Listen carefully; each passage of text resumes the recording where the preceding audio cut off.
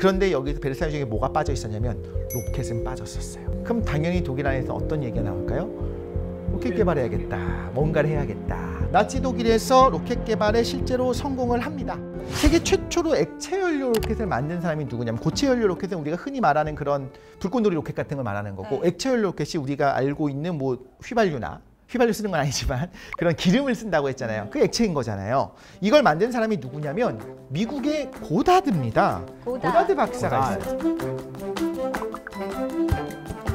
얼른 보기에도 어설픈데요. 그쵸. 뭐 정글짐 같아요. 그쵸. 프로토타입 같은 느낌이 있죠. 1926년에 저런 모양의 어떤 그 액체 연료 로켓의 프로토타입을 만들어냅니다. 26년이에요.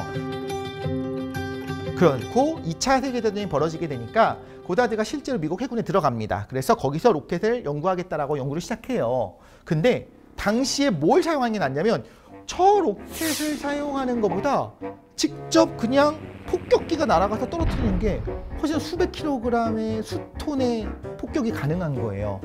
저거 힘들게 보내봐야 연료가 저 80%, 90%거든요. 그럼 끝에 살짝 있는 약간의 그 포기하기 얼마나 힘을 주겠어요. 그런 생각이 들잖아요. 효율성이 떨어진다. 그렇기 때문에 미국이 관심은 별로 안 두고 지원도 안 하고, 심지어 여러 언론이 고다드 박사를 조금 조롱하면서 이야기하기까지 합니다. 등한시했네요. 그런데 놀랍게도 저 고다드 박사의 연구를 훨씬 중요하게 여겼던 곳이 어디냐면 바로 독일입니다. 왜 그랬을까요? 독일은 네. 우리가 제기를 해야 된다. 네, 그 돌파구로 삼은 거죠. 그렇죠. 고다드 박사가 저 액체 연료 로켓을 만든 건 26년입니다. 1차 대전이 끝났어요. 독일은 1차 대전에서 졌습니다. 지고 나서 어떻게 됐냐면, 우리가 알고 있는 그 베르사유 조약이 맺어지잖아요.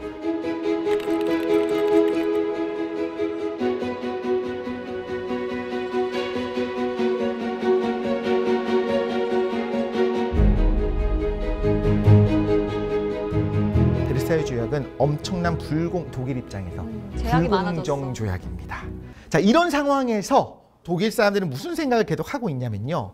항공기는 전력이 되면 안 된다고 했잖아요. 그럼 그렇구나. 우리가 전쟁에서 졌으니까 우리 군대 안 가질래 하지 않겠죠. 네. 억울하잖아요, 독일 입장에서는.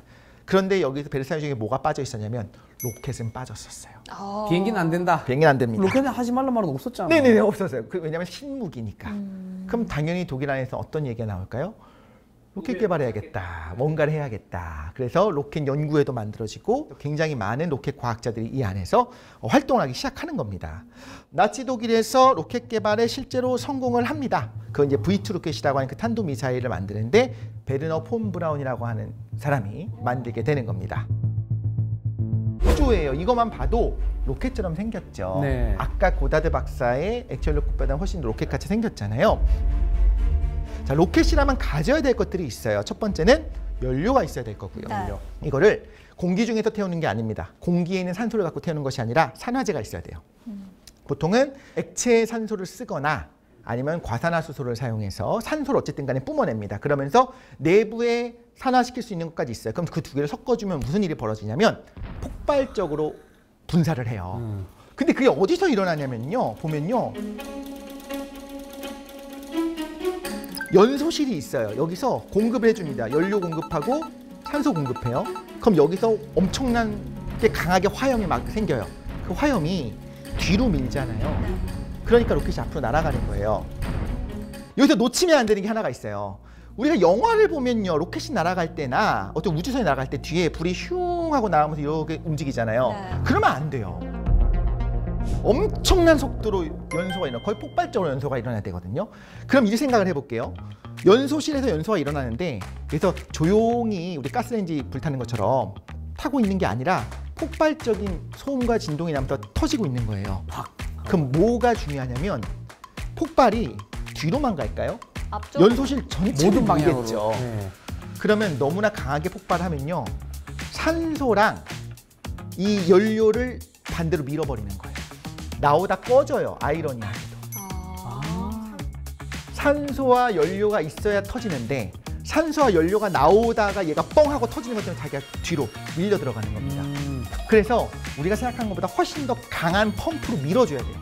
이 안에서 막 화염이 뿜어져 나온 것보다 더 센 압력으로 위에서 꾹꾹꾹꾹 계속 엄청나게 공급해줘야 되거든요. 그래서 항상 펌프가 들어가요. 그 펌프도 있었어요. 제가 말씀드리고 싶은 건 뭐냐면 현대의 로켓이라면 가지고 있어야 되는 모든 것들을 다 가지고 있었습니다.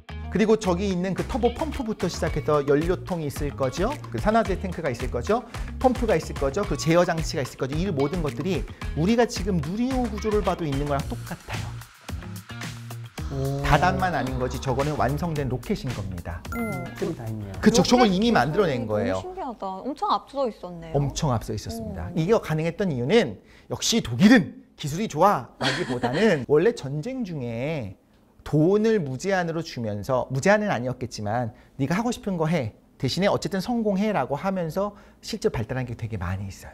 근데 저 때가 몇 년인데요? 실제로 실전 배치가 된 건 1944년입니다. 개발된 거는요? 네, 개발을 시작했었던 건 42년, 41년 뭐 이때부터 시작을 했겠지만 그렇게 해서 결국에 프로토타입을 넘어서 실전 배치가 된 건 44년인데 우리가 알다시피 44년이면 전쟁 다 끝난 겁니다. 네.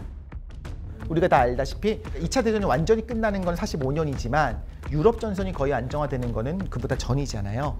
근데 어쨌든 V2 로켓은 만들어졌지만 이게 전쟁의 승패를 가릴 수는 없었습니다.